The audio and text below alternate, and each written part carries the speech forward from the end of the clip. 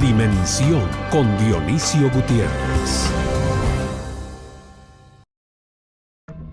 La justicia en Guatemala está renaciendo, después de muchas décadas de funcionar de forma deficiente por la falta de recursos y la ausencia de auténtica independencia. Durante las largas dictaduras que caracterizaron al siglo XX, el sistema de justicia estuvo sometido al autócrata de turno. Y ya en la era democrática, el sistema ha estado influenciado por intereses políticos y económicos.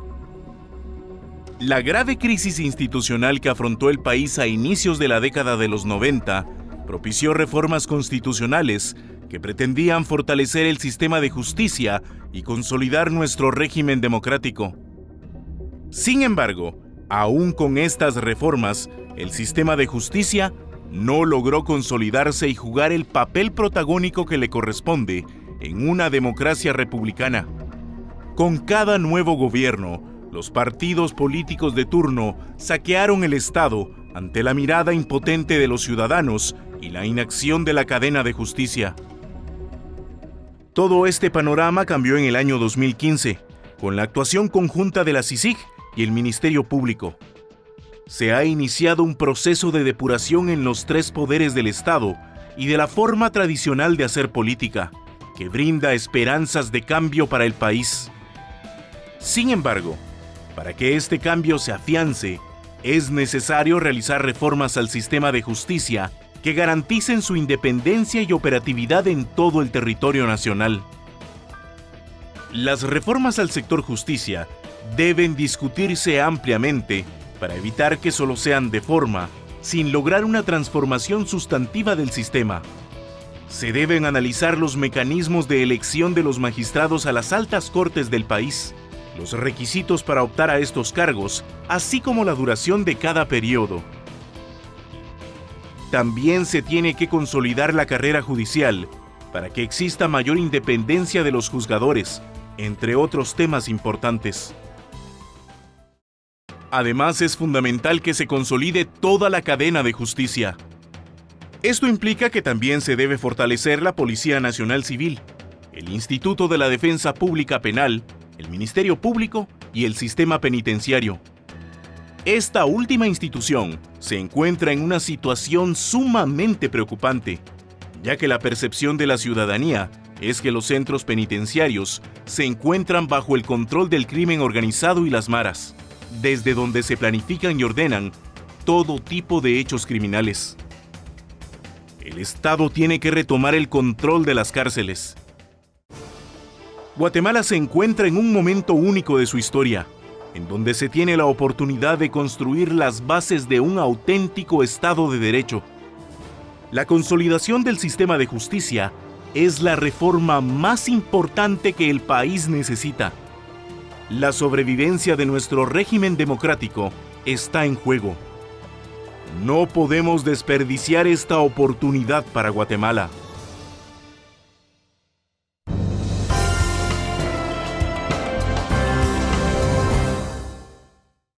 Bienvenidos a Dimensión. Hoy vamos a compartir con ustedes un tema de suma importancia para Guatemala. Se trata del fortalecimiento del sistema de justicia. Probablemente la batalla histórica que este país tiene que librar de una vez por todas. Para hablar de este importante tema tenemos con nosotros hoy al diputado Leonel Lira, por Encuentro Guatemala. Está con nosotros también el licenciado Estuardo Ralón, abogado constitucionalista, y el señor magistrado Estuardo Gamalero, del Tribunal Supremo Electoral, que además es abogado y notario. Señores, bienvenidos a Dimensión. A principios de este año, en abril más o menos, los presidentes de los tres poderes del Estado anunciaron la realización de un diálogo nacional que tiene como objetivo la reforma del sistema de justicia en Guatemala. Este proceso cuenta obviamente con el acompañamiento de CICIG, el Ministerio Público y la Procuraduría de los Derechos Humanos. Sin duda alguna el propósito es promover la discusión, aprobación e implementación de reformas concretas al sistema de justicia que contribuyan a la lucha contra la impunidad y la corrupción, garantizando la independencia judicial y el fortalecimiento de las instituciones guatemaltecas. Y esto lo describe CICIG de esa manera y sin duda alguna, como decía al principio, puede que esta sea la batalla histórica de Guatemala. Licenciado Ralón, ¿cuáles son los principales problemas del sistema de justicia? O sea, ¿aborda esta propuesta de reforma algunos de esos problemas? ¿Hacia dónde deberíamos enfocar los mayores esfuerzos en la reforma al sistema de justicia? Pues considero que la reforma sí aborda algunos de los problemas importantes que tiene el sistema de justicia. Creo que uno de ellos es que tiene en rango constitucional un sistema de comisiones de postulación que no funcionó como se esperaba y que sin duda alguna, al buscar una alternativa que funcione mejor, es necesario entrar a la reforma de la Constitución. Creo adicionalmente que plantea algunos aspectos interesantes, como puede ser la prolongación de algunos mandatos para que haya un traslape entre el ejercicio de esos mandatos judiciales y las designaciones digamos, o las elecciones de otros organismos del Estado. Para no politizar la elección de magistrados a la Corte Suprema de Justicia o a la Corte de Constitucionalidad. Así es. Sin embargo, creo también que este diálogo es muy importante, el que se está abriendo, porque el documento base sin duda es mejorable y tiene algunas fallas que debemos aprender a corregir, digamos, no cometer errores del pasado. Quizás hay algunos aspectos que no deberían de estar en la Constitución, sino en normativa ordinaria, ya que si no funcionan de la manera esperada, no estemos en poco tiempo discutiendo la necesidad de volver a modificar la Constitución. Y creo que uno de los enfoques que debe tener esta reforma es que no se pierda el balance y control entre los poderes, ya que es una temática solo del sector justicia, pero no podemos, por fortalecer el sector justicia, debilitar simplemente al Ejecutivo y al Legislativo. Licenciado Lira, para lograr esta reforma, ¿es necesario reformar la Constitución? ¿Cuál sería el procedimiento constitucional para que la aprobación, digamos, se lleve a cabo?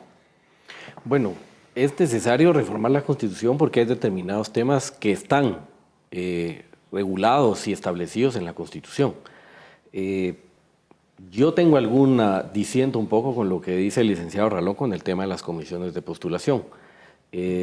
Si tratamos como de retrotraernos a 85, cuando se hizo la Constitución, imagino yo que el espíritu del constituyente fue establecer precisamente ese sistema de comisiones para despolitizar el tema de la elección.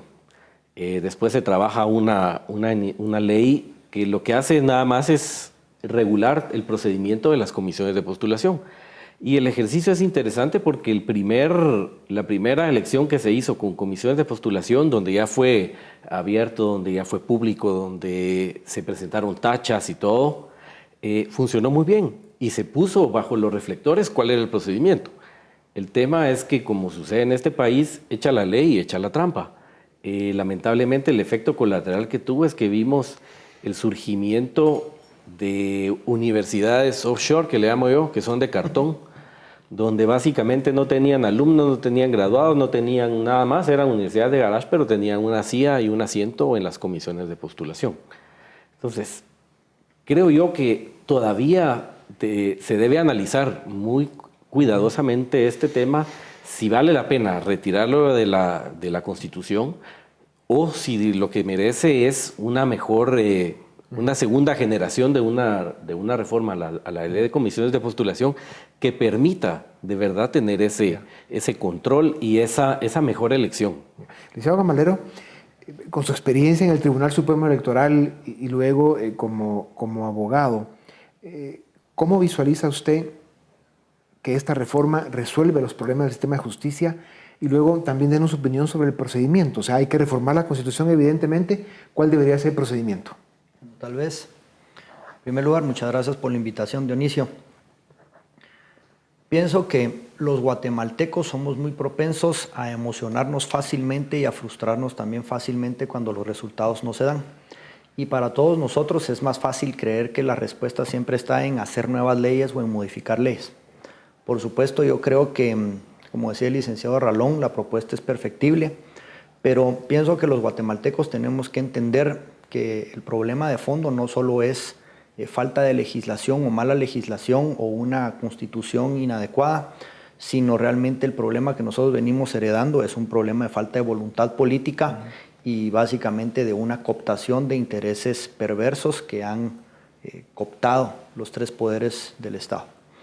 Dicho esto, también creo que es importante reconocer que nosotros mismos, sobre todo los abogados, hemos reconocido que el problema transversal de Guatemala es la falta de seguridad jurídica y la mala administración de justicia, por no decir total falta de justicia, sobre todo en las áreas al interior de la República.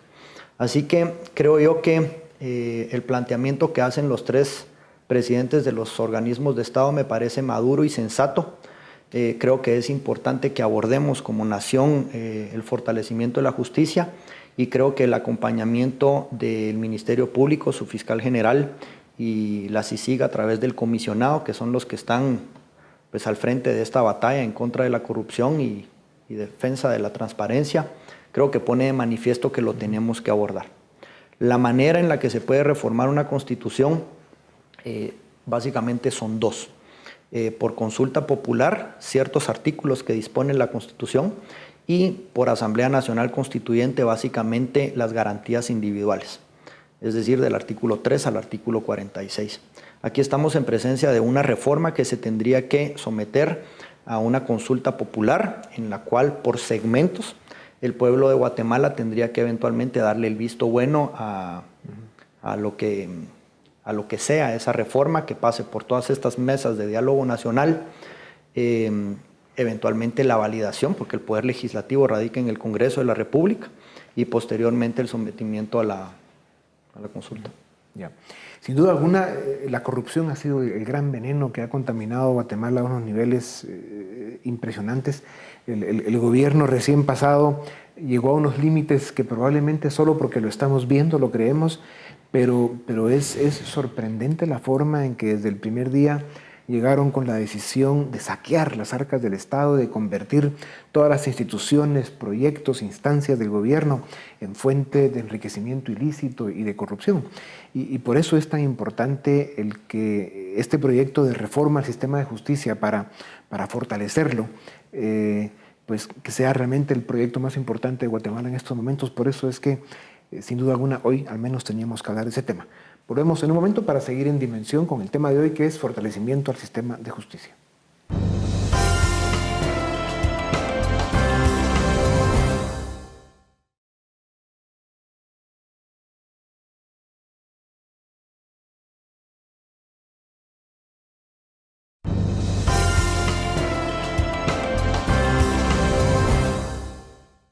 Bienvenidos, estamos en Dimensión. El tema de hoy es fortalecimiento al sistema de justicia. Yo tal vez abriría la mesa para que platiquemos todos sobre uno de los elementos importantes de esta reforma. Hablan de aumentar el tiempo de los jueces y magistrados que ocupen su cargo. ¿Por qué es relevante el tiempo que los magistrados y los jueces permanecen en sus cargos? ¿Cuánto tiempo debieran ocupar el cargo? ¿Quién quiere arrancar? Y ahí todos discutimos el tema. Bueno, el análisis se inició tomando en cuenta que lamentablemente siempre hay un momento en el que cuando hay cambio de juez, de magistrados de la Corte Suprema de Justicia o magistrados de la Corte de Constitucionalidad, generalmente hay un año electoral. Primero. Segundo, se analizó un poco el tema de la carrera, el tema de la seguridad laboral, por así decirlo. Un magistrado que está 4 años, que está 5 años, a veces no tiene la capacidad de trabajar a largo plazo y de cambiar determinados procesos, de llevar ciertos procesos que se van a realizar. Y esa es la importancia del por qué se ponen esos tiempos. Ahora, esto viene basado en otra legislación que estamos nosotros a punto de aprobar en el Congreso y son las reformas a la ley de la carrera judicial, donde lo que se hace en esta reforma que estamos por aprobar es que se fortalece el Consejo de la Carrera Judicial para que ya los jueces, para que los magistrados lleguen, primero a través de la carrera judicial, segundo, lleguen en procesos de selección donde las evaluaciones que se les haga sean objetivas. No como ahorita que los jueces, depende sus sanciones o sus promociones, dependen de la relación que tengan con el presidente de la Corte Suprema. Es decir, si yo soy juez y voy a dictar una resolución que va en contra de lo que piense el presidente de la Corte Suprema, probablemente seré castigado. y si voy a dictar una resolución que va de acorde a lo que piensa el presidente de la Corte Suprema, que probablemente no sea la opción legítima o la mejor, probablemente voy a ser promocionado. Entonces, ese tipo de cosas se están basando en el Consejo de la Carrera Judicial. ¿Cómo lo ven ustedes? Yo creo que es importante digamos que no haya una coincidencia con los otros poderes, pero sobre todo para evitar conflictos de interés. Es decir, que en un momento dado esa coincidencia dé lugar a que alguien tenga que juzgar algo respecto de quién lo nombró o quién lo designó. Entonces, a periodos un poco más extensos, la posibilidad de conflicto de interés se reduce. Pero cuando se habla de un mayor tiempo, de un mayor plazo en un cargo de este tipo, también tiene que haber un balance en que haya un régimen disciplinario y sancionatorio que funcione, porque si es un magistrado, un juez que no está cumpliendo con aplicar correctamente la ley y su conducta no es la apropiada, que no sea ese plazo extenso un valladar para que sufra, digamos, la población el ejercicio de un mal juez. Pero Entonces, la reforma está quedando previsto que puedan haber procedimientos de sustitución para un juez que no esté cumpliendo. Es correcto. Se establece un fortalecimiento al Consejo de la Carrera Judicial como un procedimiento sancionatorio y los plazos se extienden a 9 años en la Corte de Constitucionalidad y a 12 años en el caso de la Corte Suprema. Tal vez lo que quisiera aportar va en dos vías. Lo primero es definitivamente en materia judicial se busca que el juez y el magistrado tenga una vida longeva más extensa, digamos, que el resto de los poderes del Estado. ¿Por qué? Porque eso les permite a ellos tener mayor nivel de independencia, menos injerencia, digamos, de los otros poderes y por consiguiente que se cumpla de mejor forma la independencia judicial. Es decir, no como bien señalaba el diputado Lira, que estén expuestos, digamos, a la coyuntura de un año electoral y entonces, digamos, respondan a intereses eminentemente políticos. Pero el tema del Consejo de la Carrera Judicial, quiero hacer una observación en relación a cómo se modifica la Constitución y le voy a decir por qué es que es importante. Porque hay ciertos artículos de la Constitución que no se pueden modificar por ninguna forma. El 140 y el 141, por ejemplo, de la Constitución que hablan sobre cómo es el Estado de Guatemala y cómo debe ser su forma de gobierno. Y en ese sentido lo que se establece es que el Estado de Guatemala es libre, soberano, independiente y la forma de gobierno, entendiendo gobierno aquí no como una función eminentemente ejecutiva, sino que una forma de ejercer el poder público, es que tiene que ser republicano, democrático y representativo el ejercicio del poder público. Eso quiere decir que cualquier nombramiento que hagan los tres poderes del Estado tiene que venir en esa línea de democracia y de representatividad. Entonces, yo no tengo ningún problema y reconozco la importancia que exista un Consejo de la Carrera Judicial, pero lo que no podemos permitir es que haya un órgano supremo adentro de un órgano supremo. Porque si el Consejo de la Carrera Judicial es el que tiene la potestad de nombrar la mayoría de la integración de las Cortes, se está contraviniendo el principio de la representatividad que, por ejemplo, hoy por hoy reposa en el Congreso de la República. Y entonces, tarde o temprano, la perversión, así como las comisiones de postulación no funcionaron porque alguien las cooptó, no estamos muy lejos. Digamos, hace 2 años el Estado de Guatemala estaba cooptado en su totalidad, los 3 poderes del Estado y los entes satélites del andamiaje constitucional. Entonces, sería muy fácil apuntarle a tratar de controlar el Consejo de la Carrera Judicial para que a través de él sirvamos la mesa. Entonces hay que tener cuidado. El máximo tribunal constitucional, que es nuestra Corte de Constitucionalidad, también trae cambios en la propuesta, ¿no? Se habla de que quieren subir el número de magistrados electos de 5 a 9. ¿Qué efectos podrían tener estos cambios? ¿Qué otros cambios podrían impulsarse para que la Corte de Constitucionalidad pues, sea más efectiva, funcione mejor y nos dé todas las garantías que queremos los ciudadanos? Yo creo que en ese cambio yo no estoy tan de acuerdo con el texto base en el sentido que primero concentra la representatividad de quienes eligen la Corte, en lugar de que sean 5 diferentes entes, son solo 3, los 3 poderes. Hoy no ha habido problema en quién ejerce la presidencia de la Corte de Constitucionalidad porque de mayor edad a menor edad todos los van ejerciendo. Acá no, acá se puede dar una situación en donde se tiene que designar quién la ejerce por un periodo de 2 años y ya hemos visto los problemas que eso ha acarreado en el organismo judicial cuando a veces no se ponen de acuerdo. Y sobre todo hay algo que también veo delicado y es que se habla de que sean 9 titulares, que no existan suplentes, pero que aunque no estén todos, si hay una mayoría se pueda resolver, y eso también le puede debilitar el tema de ahondar en materia constitucional en cada caso, porque si hay 5 personas, igualmente vuelven a resolver. Si están enfermos, de viaje o alguien, se puede hacer un tema de agenda en donde casualmente cuando sale un magistrado se toca un punto álgido, y entonces es una situación que sin duda alguna es un aspecto delicado por ser el máximo tribunal del país y que amerita un análisis de detalle no solo en la propuesta de su conformación, sino de su operación. ¿Y este tema se está discutiendo? ¿Hay tiempo de cambiarlo? Sí, se está discutiendo. Hay un diálogo que va a hacer durante todo el mes de junio y julio, y hay propuestas de modificación sobre esa... ¿Y quiénes más debieran ser los entes que escogen los candidatos para magistrados de la Corte Constitucional, aparte de los 3 poderes del Estado? Porque ya vimos también que lo que ha habido hasta ahora también presenta riesgos, ¿no? Sí, y esa es una complicación porque, digamos, podríamos decir que la última reserva moral que tenía el país era la academia, y la academia nos ha fallado. No es quién elija o quién escoja, sino cuáles van a ser los procedimientos para que esos quienes elijan.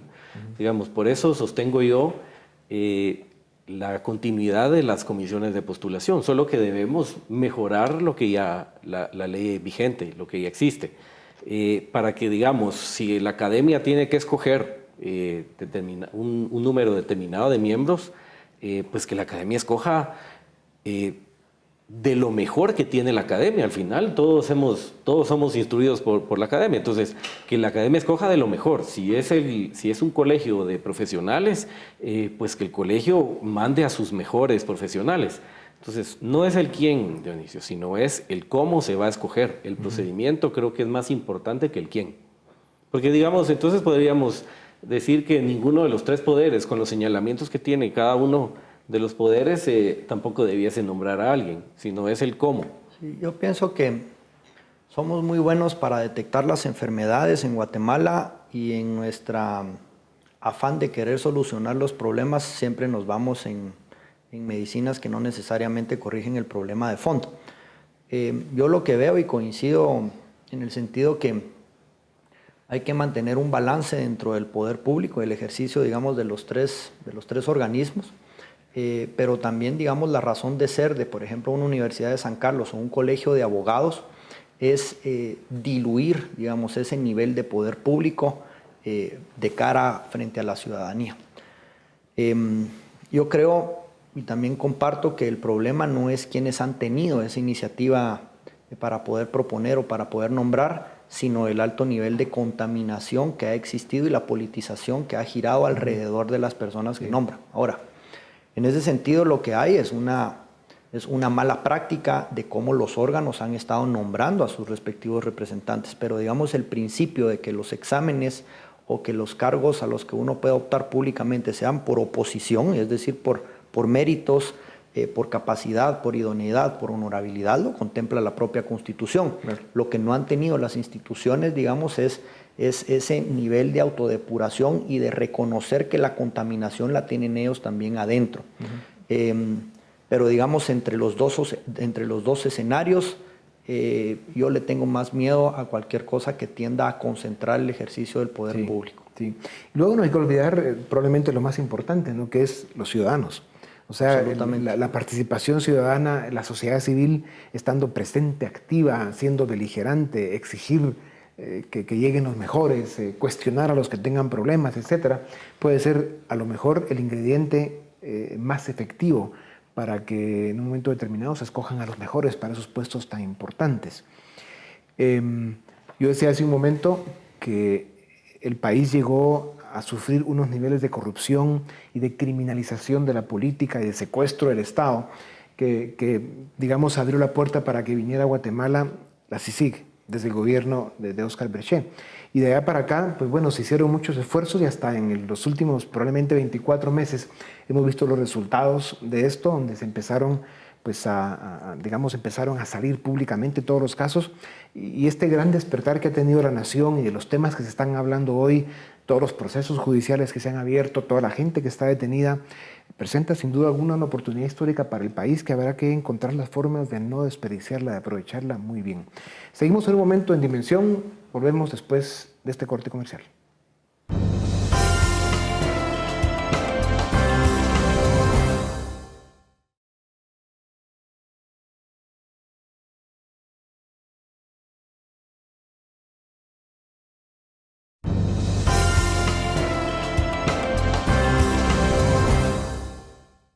Bienvenidos, estamos en Dimensión. El tema de hoy es reformas al sistema de justicia. Otro de los elementos de la reforma al sistema de justicia es la posibilidad de eliminar el derecho de antejuicio a ciertos funcionarios como gobernadores y alcaldes. Les pregunto, ¿se debe eliminar el derecho de antejuicio a todos los funcionarios, como algunos proponen, solo a ciertos cargos? ¿Cuál es la función del derecho de antejuicio y cómo se ha tergiversado esta figura? Y hablamos en algún momento de que estamos viviendo un poco el efecto del péndulo. Se abusó tanto del antejuicio, digamos, en la historia reciente del país, que ahora la solución que se propone es eliminarlo. ¿Qué opinan ustedes? ¿Quién arranca? Bueno, yo personalmente creo que no se debe eliminar el derecho al antejuicio. Y por supuesto que voy a ser súper criticado porque al final yo soy un diputado y yo tengo ese derecho. El derecho al antejuicio se ha concebido como una protección al funcionario para evitar que sea acusado injustamente o que tenga acusaciones espurias para retirarlo de su cargo. Digamos, el magistrado Gamalero, si no tuviera él un derecho de antejuicio, cualquiera puede venir y acusarlo de que violó a alguien, de que le pegó a alguien en la calle, de que debe, de que es estafador, cualquier cosa. Una denuncia espuria y lo tendrían que retirar de su cargo. Aun cuando después se logre demostrar que todo era falso, él ya está retirado de su cargo. Entonces, el derecho de antejuicio lo que buscaba en su concepción original era esa protección incluso de enemigos políticos. Yo gano, el otro no, entonces el otro va a buscar la manera de eliminarme para quedarse él con el puesto que yo tengo. Lamentablemente, y como usted bien lo dice, el antejuicio se ha abusado in extremis, como el amparo, lo hablábamos en algún momento. Entonces creo que es de analizar a quiénes y por qué razones se debe eliminar. Por ejemplo, los gobernadores, para mí personalmente los gobernadores no tienen ninguna función en este país. Primero, son designados y segundo, digamos, el poder que tienen es el poder de negociación con los COCODES, con los COMUDES y con los diputados, pero realmente que el gobernador tome una decisión en cuanto a seguridad pública, en cuanto a educación, en cuanto a salud en sus departamentos, no la tienen. Yo quisiera comentar que el antejuicio bien utilizado es una protección de la voluntad del ciudadano en las urnas, porque el ciudadano en las urnas elige a ciertos representantes y delega su poder, siendo el pueblo el soberano, en unos mandatarios para que lo ejerciten. Por lo que yo me inclino más a que el derecho de antejuicio lo tengan aquellos funcionarios que fueron electos en las urnas y que no lo tengan aquellos que fueron ya designados por alguien. Es decir que se ha hecho un abuso, pero es un mecanismo de protección de la voluntad del ciudadano en las urnas para que no un representante que ganó con los votos y que tiene, digamos, una legitimidad para poder ejercer ese mandato que se le ha dado por una cuestión política, por una persecución política, ya no puede ejercer el cargo. Entonces, realmente el problema no es que tengan el derecho a antejuicio, sino hay que definir mejor la forma en que se les puede quitar ese derecho, porque se confirma o se comprueba que han cometido actos, ¿verdad?, que han, digamos, quebrantado la dignidad del cargo y que merecen ser procesados. Vamos a ver, tal vez el problema empieza porque las personas no tienen muy claro qué es el antejuicio. El antejuicio no es una prerrogativa o una garantía que proteja a la persona. Fue diseñada para proteger el cargo per se y es para no interrumpir el ejercicio de una función pública. Desde esa óptica, y aquí es en donde entra una población frustrada y un ministerio público y una CICIG denunciando toda esta serie de perversidades de gente que se ha excusado en la figura del antejuicio, y es porque parecen criminales atrincherados bajo una potestad de que nadie los puede tocar porque tienen esa prerrogativa. Ese es, digamos, el lado nefasto de la figura del que se está demostrando que ya no es así, ¿verdad? Porque de hecho todos los que están en la cárcel, empezando por el presidente, el expresidente y la exvicepresidente, perdieron ese derecho. Sí. Pero digamos hay otro lado que obviamente esos no son los que hacen lo que constituye la noticia, y son todas esas denuncias espurias, como bien acaban de mencionar, se dan diariamente en todo el interior de la República por revanchismos políticos, por pleitos con algún alcalde, por pleitos con algún funcionario público, en donde no lo están logrando extorsionar para que haga alguna cuestión, y entonces la manera de presionarlo es le dicen, mira, yo te voy a meter una demanda o te voy a meter una denuncia, una querella penal. Entonces yo creo que es objetivo hacer un análisis concienzudo, y creo yo que básicamente lo que a nosotros los guatemaltecos y a todas las personas en general no les gusta es la percepción de que haya alguien haciendo trampa.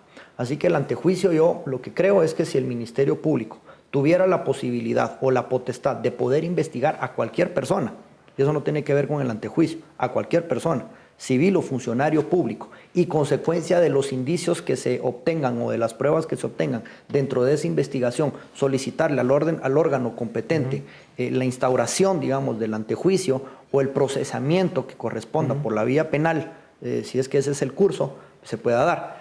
Lo que frustra es que el Ministerio Público, digamos, no pueda investigar a una persona o a un funcionario público que está investida de esa prerrogativa. Pasemos, hay otros temas que son importantes que debiéramos cubrir. Se habló ya muy por encima de considerar eliminar las comisiones de postulación para la elección de magistrados. También se propone excluir a la Universidad y Colegio de Abogados. Ahora, ¿de qué forma se pervirtió el proceso de elección de magistrados a través de las comisiones de postulación? ¿Todavía se puede rescatar ese mecanismo de elección o se tiene que eliminar por completo? ¿Qué alternativas tenemos? Bueno, yo sigo insistiendo que creo que se puede recuperar. Digamos, ¿en qué parte se perdió? Como le decía, con el surgimiento de universidades. A partir de la aprobación de la ley de comisiones de postulación han surgido 6 universidades, si no estoy mal, de las cuales solo una que es eminentemente científica. Después las otras 5 sacaron facultad de Derecho o facultad de Auditoría para estar en la comisión de postulación del Contralor de la República. Entonces, lo que se debe hacer es ir como normando. Por ejemplo, una propuesta que se está analizando en una reforma de las comisiones de la ley de comisiones de postulación es las universidades que tengan un número de años con un número de alumnos en programas de licenciatura, de pregrado y de posgrado, licenciatura, maestría y doctorado, que tengan determinado número de graduandos, por ejemplo, que ya tienen ese soporte, tradición, prestigio, y ese soporte de decir, bueno, sí vienen seriamente, pero mire, llegaron universidades que cuando llegaron se acaban de fundar, no tenían pero ni un inscrito. Entonces, por ejemplo, ese es un punto donde yo sí soy muy insistente en que la academia nos defraudó. Entonces, bueno, hay que ir poniendo, hay que ponerle límites a todos, no solo a los políticos, hay que poner límites a la academia. Hay que estar muy atento a eso, cómo va a terminar. Licenciado Gamalero, otra de las propuestas es reconocer constitucionalmente los sistemas jurídicos de los pueblos indígenas, garantizando el respeto a los derechos humanos, disponiéndose que la ley desarrolle esta materia. ¿Cómo funcionaría este mecanismo en la práctica? ¿Se tendría 2 sistemas jurídicos en el país? ¿Cómo abordar el sistema de resolución de conflictos de los pueblos indígenas? ¿Tendríamos 2 formas, digamos, para juzgar a los ciudadanos de este país? ¿Es como 2 estados en uno? ¿Qué opinas? Yo pienso que es un tema que en primer lugar hay que abordarlo con mucho respeto porque, digamos, uno se está refiriendo a un enorme grado de población de Guatemala, la mayoría, sí, en primer lugar.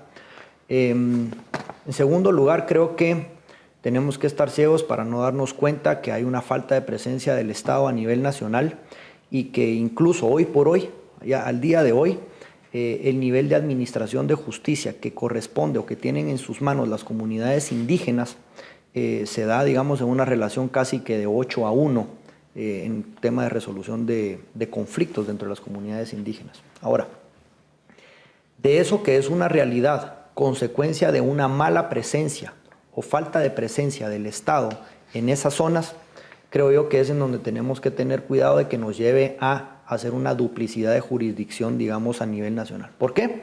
En primer lugar, porque la jurisdicción es única y es indivisible. y ahí es en donde radica el poder coactivo del Estado. Nosotros no podemos, digamos, estar segmentando ese poder coactivo aleatoriamente en comunidades indígenas o en tribunales especiales o en tribunales de fuero especial o en situaciones que en algún momento convengan a alguien por ideología. Ahora, yo pienso que en el fondo lo que se debería de buscar es ver de qué manera tribunales comunitarios, por ejemplo, que existen en cualquier país del mundo, o las mismas autoridades indígenas que tienen credibilidad y que tienen potestad, pueden ser absorbidas, instruidas y capacitadas por el organismo judicial, que es la máxima autoridad en materia judicial. El tema es complejo porque, en primer lugar, el párrafo que agrega la propuesta, que no está escrito en piedra, y creo que tanto los tres presidentes como el Ministerio Público y la CICIG han hecho ver que el documento es perfectible y que, digamos, la idea era ellos lanzar una idea que se pudiera mejorar en su redacción. Creo que tiene, digamos, un tremendo talón de Aquiles, y es que dice: los pueblos indígenas podrán implementar. Ese simple podrán ya genera un nivel de inseguridad jurídico. Luego no establece, digamos, qué materias o en qué competencias tendrán, digamos, capacidad de juzgar los pueblos indígenas. Entonces, imagínese usted, tampoco habla de instancias, digamos. Entonces, el tema de debido proceso de derechos humanos, en este caso, opera incluso en contra de lo que sería un proceso jurídico administrado por ellos. O, por ejemplo, ¿qué sucede en el caso en donde haya una persona que pertenece a un pueblo indígena y otra persona que pertenece a otro pueblo indígena? ¿O qué sucede en un comerciante o en un empresario que quiera instaurar, digamos, negocios, comercios o actividades en 10 diferentes zonas o en 10 diferentes lugares? Tendría que conocer las costumbres y tradiciones de cada uno de esos lugares. Yo básicamente concluyo diciendo que me parece un tema sumamente importante, pero que Guatemala no está para que la fragmentemos más y para que dividamos más a este pueblo. Sí. Tenemos que ir a un corte en este momento, y cuando regresemos podemos ampliar más sobre este tema o terminamos de cubrir los otros que tenemos, pero sin duda alguna es un tema que tiene este grado de importancia, que se debe manejar con muchísimo respeto, porque además se trata de la mayoría de la población en Guatemala. Sí. Y sin duda alguna va a ser un tema que va a haber mucho de qué hablar y que discutir. Volvemos en un momento para seguir en Dimensión con el tema de hoy, que es reformas al sistema de justicia.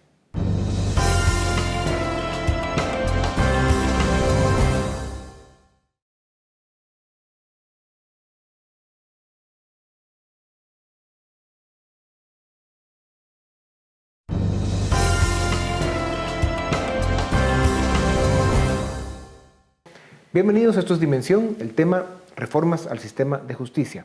Démosle una vuelta más al tema del sistema jurídico para los pueblos indígenas, licenciado. Sí, yo creo que el texto base no tiene la mejor redacción. Es una redacción ambigua que da lugar a especular sobre aspectos que tampoco deja claro literalmente el texto. Yo lo que entiendo de la reforma es que pretende reconocer algo que ya se utiliza: usos y costumbres que no contravengan la Constitución Política de la República, es decir, métodos alternos de resolución de conflictos.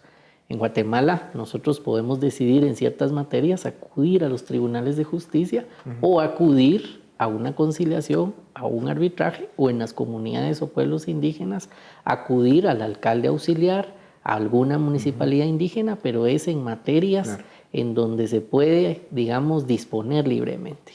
Sin duda alguna, el objeto de la reforma es fortalecer el sistema de justicia. No podemos pensar que es abstraerse de la existencia del Estado o quitarle competencias que ya tiene el Ministerio Público o quitarle competencias que tiene el organismo judicial, porque entonces la reforma sería de debilitamiento del sistema de justicia. Entonces, digamos, hay materias que cae de su peso que no pueden estar incluidas, sobre todo porque atentarían contra un artículo que es pétreo, inmodificable.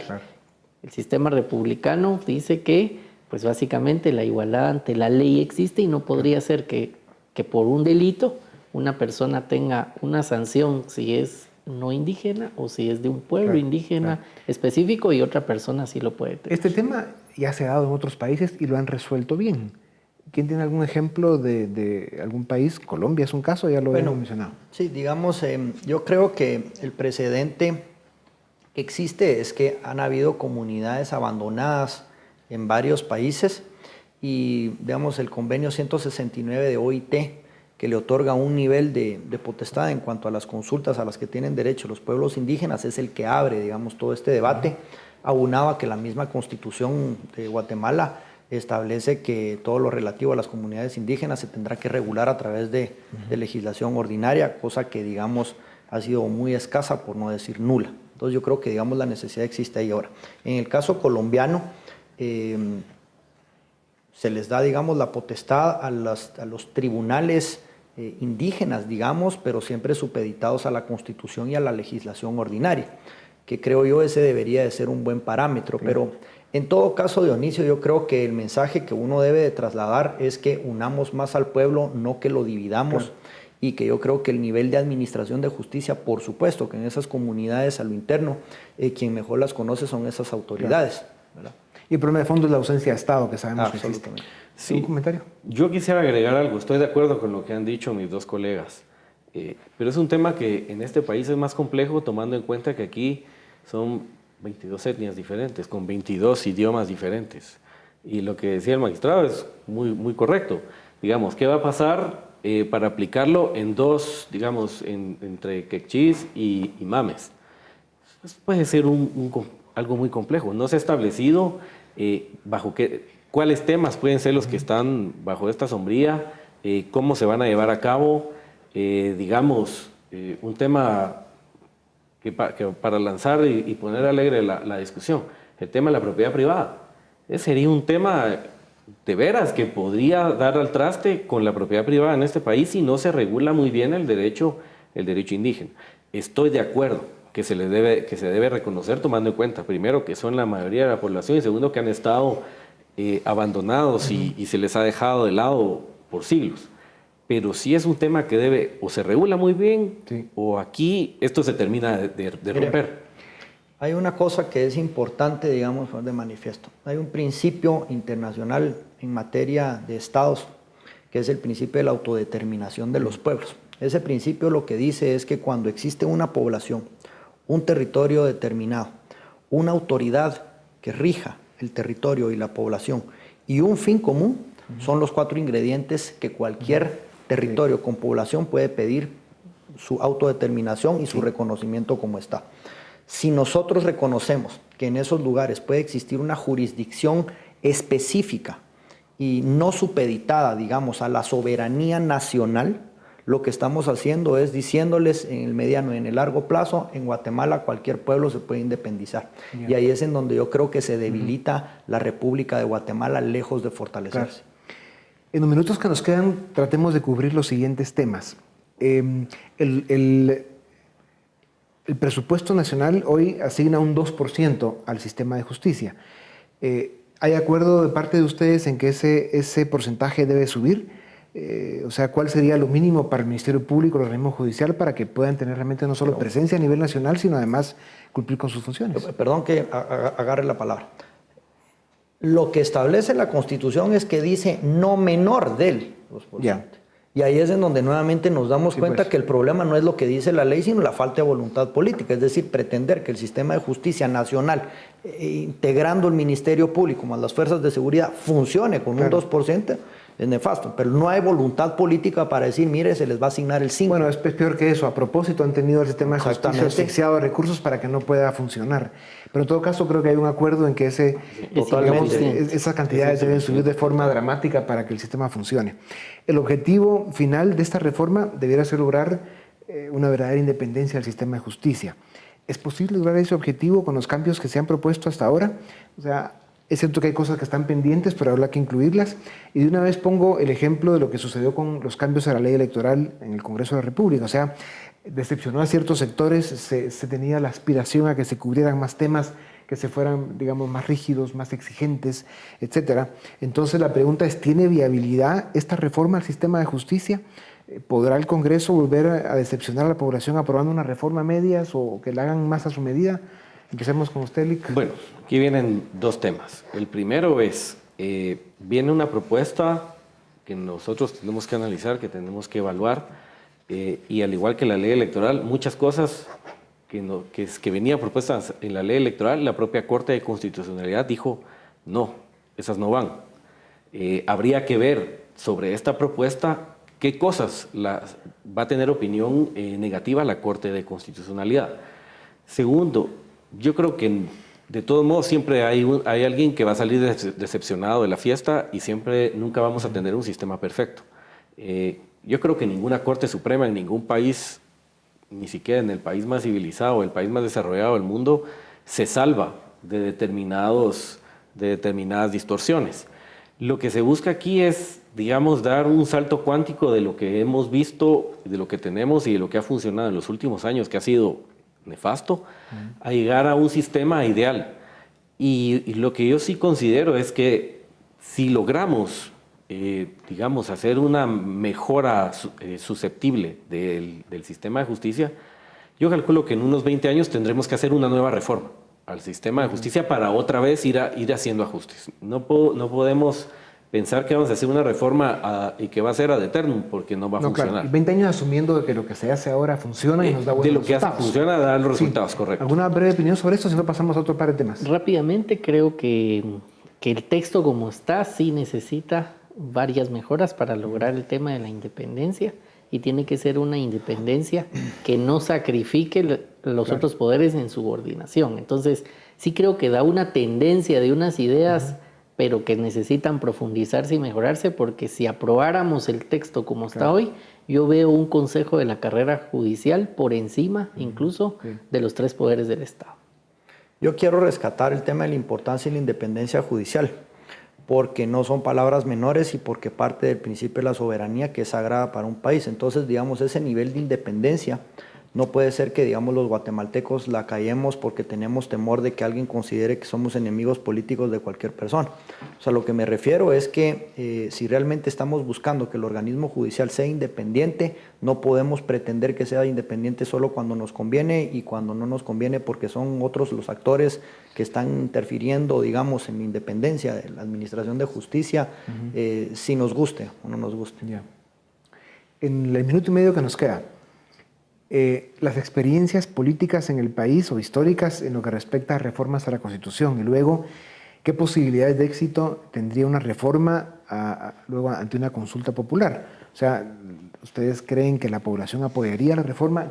¿Cómo tendría que manejarse la convocatoria a esa consulta popular para que se logre una aprobación por parte del pueblo? ¿Se podría repetir el fracaso de la consulta de 1998? El problema que yo veo es que son muchos temas los que se están tocando, al igual que la reforma de esa época. En la reforma eran 5 preguntas, pero cada pregunta modificaba 4 temas diferentes. Sí. Y ese puede generar mucha confusión. Ese es el problema que yo le veo, digamos, a la hora de ir a la consulta popular. ¿Qué pasó, digamos, en la reforma de 94? Lo platicamos en algún momento. De la reforma constitucional de 94, ahorita estamos pagando los platos, con el tema de que se acortó el periodo presidencial, el periodo de diputados, el periodo de alcaldes. Ahí estamos pagando ahorita. Yo veo que, digamos, esa consulta popular, quien la va a convocar eventualmente y quien va a regir las condiciones es el Tribunal Supremo Electoral. Creo que atinadamente, aunque, digamos, no me gusta eso de estar sometiendo los asuntos a la decisión y a la consideración de mesas a nivel nacional, porque pone en duda la credibilidad de los poderes del Estado, pero creo que, digamos, en este caso debería de funcionar como un filtro para que los actores que participen ahí después no boicoteen lo que se está buscando a través de la consulta. Ciertamente no puede ser con una pregunta única de sí o no, porque los temas, digamos, no tienen relación entre sí. Creo que hay un riesgo de un no, porque hay 245 posturas diferentes en la mesa de diálogo y la consulta va a ir dirigida pues a los 16 millones, al padrón electoral de varios millones de guatemaltecos. Y entonces, si no se logran consensos en esas mesas, le veo un riesgo a un no. Tendría, creo yo, que llegar a consensos muy sólidos y muy encapsulados para que pueda hacer una respuesta masiva de un sí. Pues sin duda alguna, el gran desafío en la vida política de Guatemala en este momento es de que los líderes nacionales, en fin, las autoridades del gobierno sean capaces de convencer a la ciudadanía de que este es un momento histórico y que debemos enfrentarlo con mucha responsabilidad y bueno, y que se presente una buena propuesta para que el pueblo la pueda considerar también con seriedad. Muchas gracias, va a ser muy importante seguir escuchando su opinión y verlos en el campo de batalla enfrentando este proceso tan importante. Gracias, volvemos la próxima semana. Los dejamos ahora con Dimensión Redes.